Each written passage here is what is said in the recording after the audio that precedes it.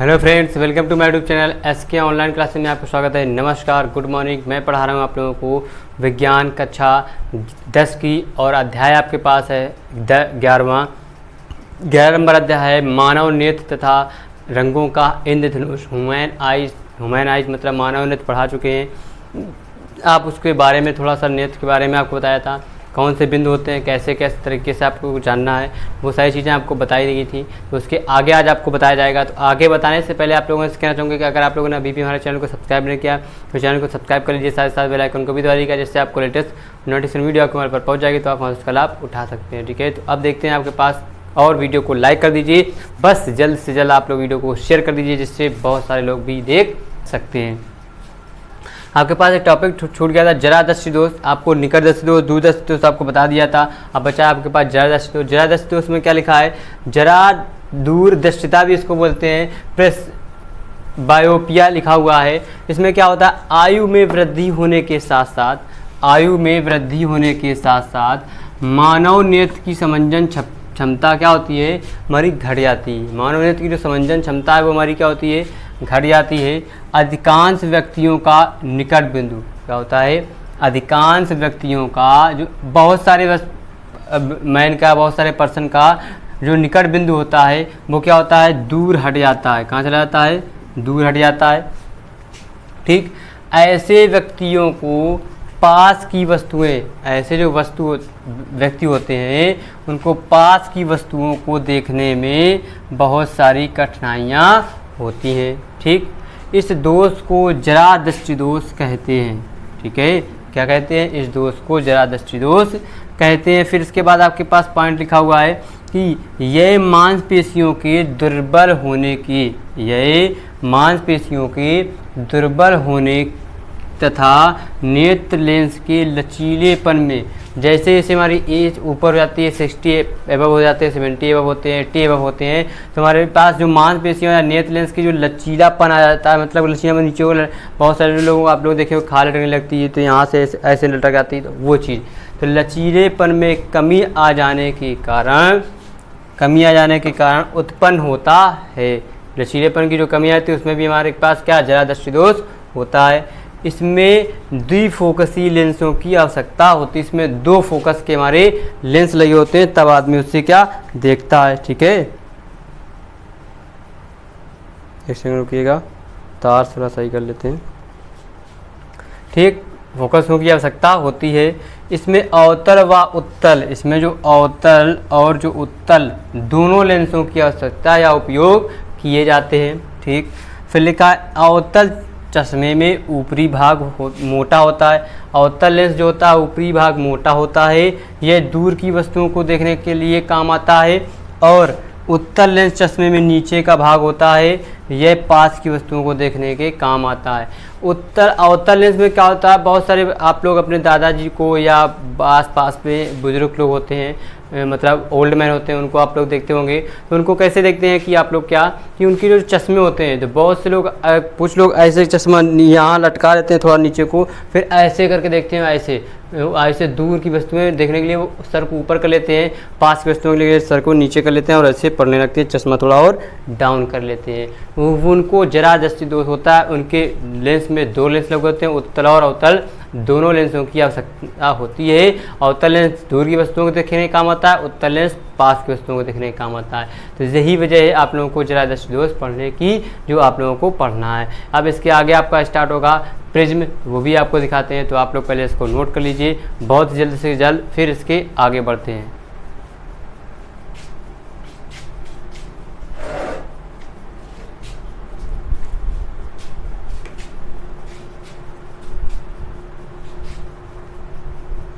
जल्दी नोट कीजिए, quick fast, जल्दी। ठीक है, अब देखिए यहाँ पे आपके पास टॉपिक आ गया, प्रिज्म द्वारा श्वेत प्रकाश का वर्ण विक्षेपण, dispersion of white light by prism. अब हमारे पास एक प्रिज्म होता है, मतलब प्रिज्म के अंदर से लाइट ट्रांसफरेशन करनी पड़ती है। लाइट आपको वहाँ पे आप डालेंगे तो डिस्पर्जन कैसे हो जाता है, वर्ण विक्षेपण कैसे होता है बाई श्वेत प्रकाश से, वो आप लोगों को सिखाया जाएगा। तो यहाँ पे लिखा हुआ है कि श्वेत प्रकाश के अपने अवयव रंगों में विभक्त होने की प्रक्रिया, श्वेत प्रकाश के अपने रंगों में विभक्त होने की प्रक्रिया को वर्ण विक्षेपण कहते हैं। विभक्त मतलब कई रंगों में कई जगह पे आप लोगों को दिख जाता है। जैसे आप रेनबो देखते होंगे कि जब बारिश होती है, बारिश होने के बाद सूरज के जस्ट अपोजिट डायरेक्शन पे बनता है रेनबो ऑफ कलर।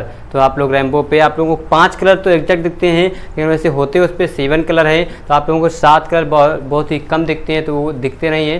लेकिन जब नया बिल्कुल बना ही हो, अगर आपकी नज़र पड़ गई है तो आपको 7 के 7 कलर दिखेंगे। कुछ समय बाद फिर 5 कलर देखते हैं, उसके बाद फिर 3 के बाद फिर वो धीरे धीरे विलुप्त हो जाता है। वही चीज़ आपको कैसे करना है, किस प्रकार से बनेगी, तो वो आपको दिखाते हैं। ये हमने मान लिया जैसे ये हमारा एक प्रिज्म है, ठीक। अब यहाँ पे हमने एक श्वेत प्रकाश यहाँ पे हम फ्लो करेंगे। ये देखिए यहाँ हमने एक रेज डाली, ये हमारे पास है क्या, श्वेत प्रकाश किरण भी लिख लेते हैं। तो यहाँ से हमारे एक तो ये ऐसे अगर देखेंगे तो डार्टेस्ट तो ये हमारे पास ऐसे बाहर हो जाएगी, लेकिन ये हमने ऐसे करके और ये ऐसे डिस्पर्जन।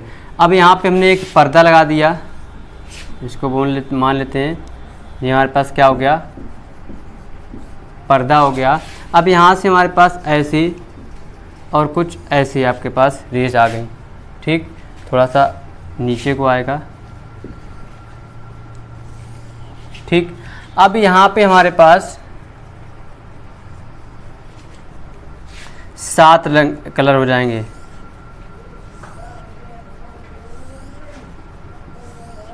एक, 2, 3, 4, 5, 6 और एक ये 7। आपको 7 रंग मिल गए। इसी के अंदर होंगे फ्लो होंगे हमारे पास 7। तो एक तो हमारे होता है यहाँ पे होता है वेब ग्योर, हमारे पास वेब। ऊपर होता है हमारे पास क्या, लाल, नारंगी, पीला होता है हमारे पास यहाँ पे, लाल, नारंगी, पीला होता है, ठीक। यहाँ पे होता है हमारे पास, या का शॉर्टकट जो होता है हमारे पास यहाँ पे होता है वेब, VI वेब, GY वेब ग्योर,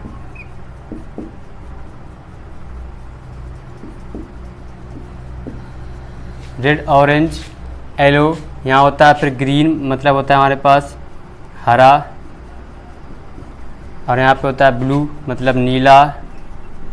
यहाँ वायलेट मतलब होता है हमारे पास जामुनी। यहाँ इंडिको, यहाँ होता है वायलेट मतलब बैंगनी। ये होते हैं आपके पास 7 के 7 कलर आपको दिखेंगे। इसी टर्म में आप लोग देख सकते हैं, ठीक। तो इनकी जो इंग्लिश होती है आपको इंग्लिश लिख देते हैं।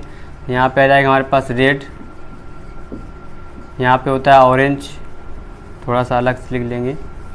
यहाँ होता है नारंगी मतलब ऑरेंज, यहाँ पीला मतलब होता है येलो, हरा मतलब होता है ग्रीन, नीला मतलब होता है ब्लू, जामुनी मतलब होता है क्या, ये हमारे पास होता है इंडिको,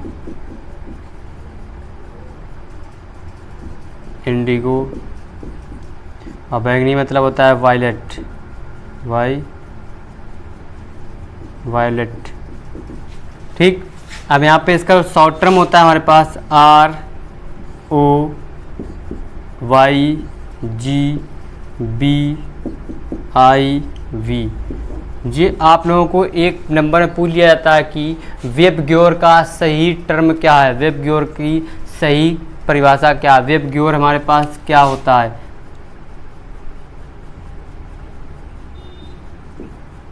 जी आपके पास 7 के 7 कलर आपको रेम्बो आप कलर पे आपको दिख जाएंगे। और अगर श्वेत प्रकाश किरण प्रिज्म से, अगर ये हमारे पास प्रिज्म होता है, अगर हम प्रिज्म से भी पास करेंगे और पर्दे पे देखेंगे तब भी हमें 7 के 7 कलर आपको दिख जाते हैं। श्वेत प्रकाश की किरण को प्रिज्म से पास करने पर पर्दे पे जब लाइट पड़ती तब आपको ये 7 कलर दिखेंगे। और प्रैक्टिकली आप लोग नेचुरली जब हमारा क्या बारिश का मौसम होता है तब आप लोग आसमान पर भी देख सकते हैं हमारा जी 7 के 7 कलर आपको दिखेंगे। तो यहाँ पे आप लोगों को एक चीज़ पूछ लिया जाता है कि वेब गियोर का सही क्रम क्या है, सही क्रम क्या है।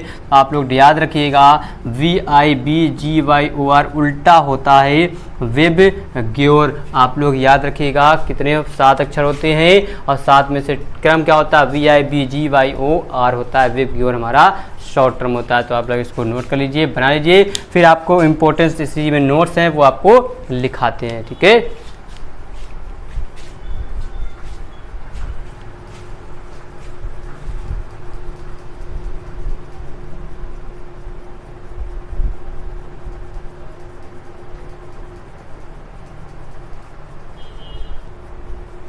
ठीक है, अब देखिए यहाँ पे आपको नोट्स लिखे हुए हैं, नोट्स आपको पढ़ना है। नोट्स में बहुत आसान है, आप लोग कुछ नहीं करना है।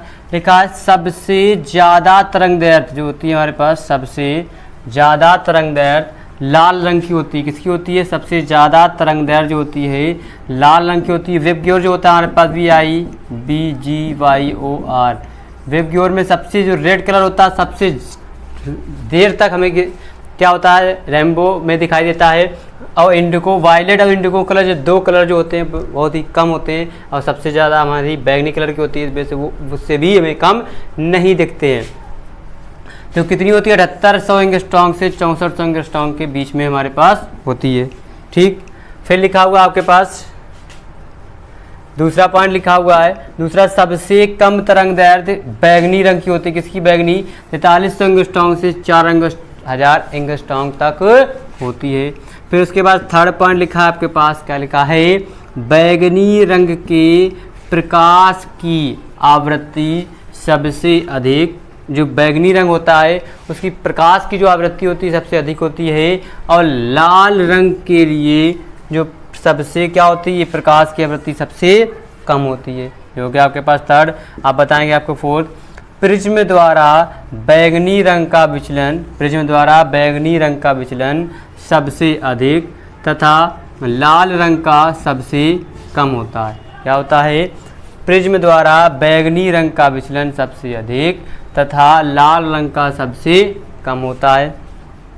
फिर कांच का अपवर्तनांक 5 नंबर है, कांच का जो अपवर्तनांक होता है बैगनी रंग के लिए सबसे अधिक होता है तथा लाल रंग के लिए क्या होता है, सबसे कम होता है। आपसे अगर पूछ लिया जाए कि बैगनी रंग का अपवर्तनांक क्या होता है, सबसे कम होता, अधिक होता है, और लाल रंग के लिए अपवर्तनांक सबसे कम होता है। देखिए आपको इंपॉर्टेंट नोट्स भी आपको पता होने चाहिए, बहुत ही इंपॉर्टेंट की पॉइंट्स हैं आपके लिए जो निकाल के अलग से रखे गए हैं, ठीक है। तो आप इनको नोट डाउन कर लीजिए, जो आप लोगों को बहुत ही आसान रहेगा, आपको आसान भाषा में आपको ये बताए जाएंगे, ठीक है। तो जल्दी से जल्द नोट कर लीजिए। फिर आगे बढ़ते हैं, आगे आपके पास आ जाएगा वर्ण विक्षेपण को समझाना है, पढ़ना है। तो वर्ण विक्षेपण थोड़ा सा और है आपके पास टॉपिक। फिर उसके बाद आ जाएगा इंद्रधनुष, तो वो भी बताया जाएगा। तो आप लोग कहीं मत जाइएगा, बस पढ़ते रहिएगा और इसको एंजॉय भी करते रहिए, ठीक है। तो आज के लिए आपके पास 2 ही टॉपिक रहेंगे। आप लोग देख सकते हैं प्रिज्म द्वारा प्रकाश के वर्ण विक्षेपण का कारण जो है आपको जिले है आपके पास,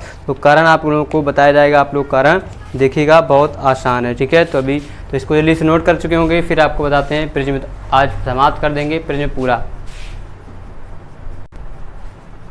देखो यहाँ पे आपके पास लिखा हुआ है प्रिज्म का द्वारा प्रकाश के वर्ण विक्षेपण के कारण। आपको अब कारण, causes of dispersion of light by prism, आपको कारण भी पता होना चाहिए। जैसे लिखा है किसी पारदर्शी माध्यम में, किसी पारदर्शी माध्यम में जैसे प्रकाश के रंगों का अपवर्तनांक बढ़ता जाता है, प्रकाश के जो रंग होते हैं उनका जो अपवर्तनांक होता है बढ़ता जाता है, वैसे वैसे पदार्थ में उसकी चाल कम होती जाती है। क्या होती है, उसकी चाल कम होती जाती है।